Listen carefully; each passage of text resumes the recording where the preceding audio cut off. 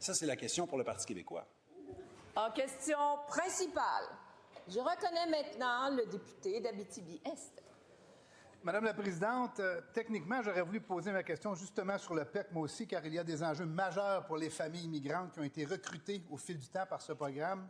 Mais l'actualité dirige ma question davantage vers l'enjeu de la chaîne de valeur du cuivre au Québec, soit la fonderie Horn de Rouyn-Noranda et l'affinerie CCR à Montréal-Est.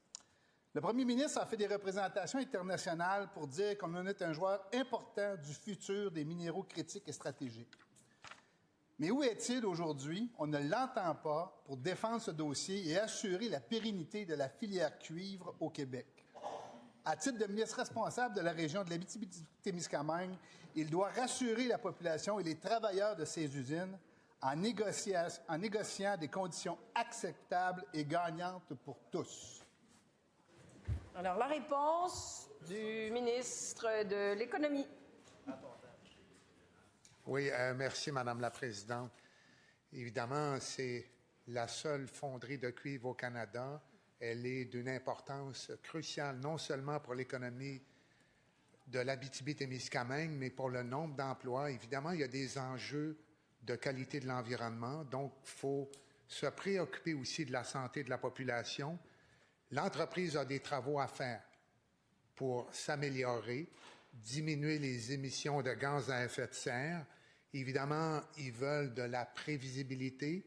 On est en discussion avec eux autres, avec le nouveau maire de Rouyn-Noranda, pour qu'ils puissent aller de l'avant avec leurs investissements qui sont essentiels.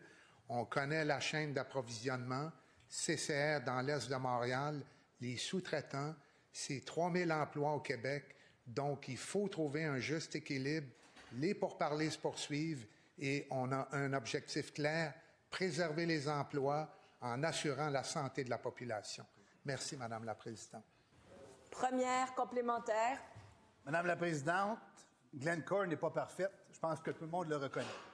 Pendant ce temps, par contre, le gouvernement américain et Orion CMC viennent de reconnaître Glencore comme le seul producteur de cuivre et de cobalt dans l'ouest des États-Unis. Faire de la politique n'est pas un fleuve tranquille, tout le monde le sait. Il faut par contre avoir l'audace de mettre en pratique ces paroles. Et quand on dit qu'on veut être un joueur stratégique dans les minéraux critiques et stratégiques, il faut protéger la filière cuivre. La réponse du ministre de l'Économie, de l'Innovation et de l'Énergie. Merci, Madame la Présidente. Si je pouvais reprendre ma première réponse, ce serait beaucoup plus simple et ça sauverait du temps. Mais évidemment, je le répète, on a des pourparlers avec les acteurs concernés, avec la compagnie. On veut aller de l'avant. Il faut poursuivre les investissements technologiques pour assurer de respecter l'autorisation environnementale. On a même fait des avancées pour que le processus de consultation soit plus diligent. Donc, je le répète, il y a un processus de discussion en cours. On va le respecter. On a des objectifs qui sont clairs. Merci, Madame la Présidente. Deuxième complémentaire. Madame la Présidente, je veux encore une fois être très clair. Est-ce qu'on veut être un joueur dans ce domaine-là?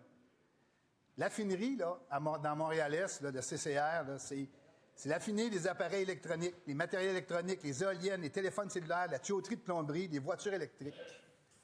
Rouyn-Noranda, c'est des anodes. On crée des anodes, justement, à partir de récupération et de recyclage, des utilisations qu'on fait au domaine des éléments électriques. Est-ce qu'on veut être un joueur ou on veut juste être une parcelle dans tout ça? La réponse du ministre. Oui, merci, Madame la Présidente. Bien sûr qu'on veut être un joueur. La fonderie, elle est clé. Je suis allé d'ailleurs à la résidence de mon collègue de Rouyn-Noranda, près du lac Ossisco. Je connais les partenaires à la fonderie Horn. Je sais les discussions qui sont en cours. Il faut que les travaux se poursuivent. Il faut améliorer la qualité de l'environnement. Il faut respecter l'autorisation ministérielle. On est prêt à de la souplesse. On est prêt à faire ce qui s'impose pour permettre à l'entreprise de respecter ses obligations envers les travailleurs, travailleuses, envers le syndicat, la population et l'économie du Québec. Merci, Madame la Présidente.